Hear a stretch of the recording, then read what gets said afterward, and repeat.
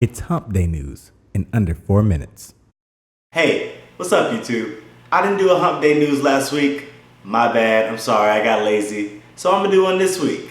Let's get political. There's not a lot happening in politics this week, so I'm just gonna talk about why I don't vote. The simple answer is, I don't really care. I know, it sounds a lot worse than what I really mean. It's like if you're indifferent about apple pie and somebody asks you if you like apple pie and you say no, they'll think that you actually hate apple pie, but you don't. You don't dislike it, but you don't like it either. That's kind of how I feel about voting. I just don't care enough to vote. I feel like the world is being destroyed regardless, and the leader of the free world is not going to be able to stop it. Plus, I'm a very adaptable person. No matter who the president is, me and my family are going to be all right.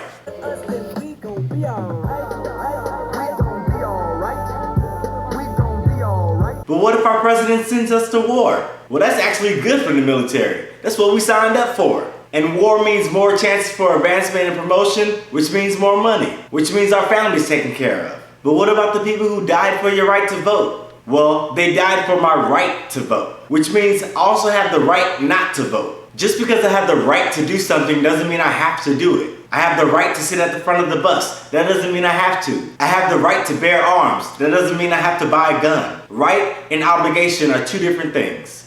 What's trending? Captain America Civil War came out this past weekend, and if you haven't seen it yet, it's awesome. No spoilers right now, but it's a must-see. International news. North Korea just created a Congress and named Kim Jong as their chairman. All of Congress was handpicked by him, and they all supported his nuclear plans. And somehow we're supposed to believe that this is completely different than the dictatorship that they had before. They must think we're really stupid. Like we're that kid in the neighborhood that eggs their own house by mistake. Entertainment. The king of R&B dropped another album this past week. That's right, Drake put out another album about his past relationships again. I just can't figure out if he's talking about different chicks like Taylor Swift does, or if he's talking about one or two girls that keeps messing him up. I don't care, I'm vibing anyway. Sports.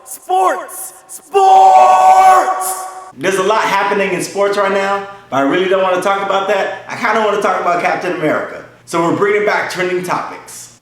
What's trending? Warning, spoiler alert. If you haven't seen it and you don't want to hear about it, press mute.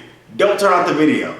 Just press mute. The first thing people ask me when I tell them I saw the movie is they ask me who won. Well, nobody really won, but if I had to pick, Captain America won. He was in the perfect position to kill Iron Man, but he didn't do it. So technically, nobody won. In my opinion, the people who stole the show, who completely dominated the movie and made the movie great, weren't even the typical Avengers. It wasn't even Captain America or Iron Man. It was Ant-Man. Now I gotta see his movie because he was awesome. It was Spider-Man. The new kid was pretty good. And I was kind of glad that they went younger too. But the number one surprise, the number one person who stole the show was Black Panther. He's black, he's a king, he can run 50 miles an hour, his suit is bulletproof, his retractable nails seem to be adamantium like Wolverine's claws, and his name is Black Panther. It don't get no better than that. Anyway, it was definitely a great movie. I'm so eager to see what they do in the future. They introduced so many characters, it seems impossible for them to incorporate all of them in the next Avengers movie. But we'll see. Can't wait.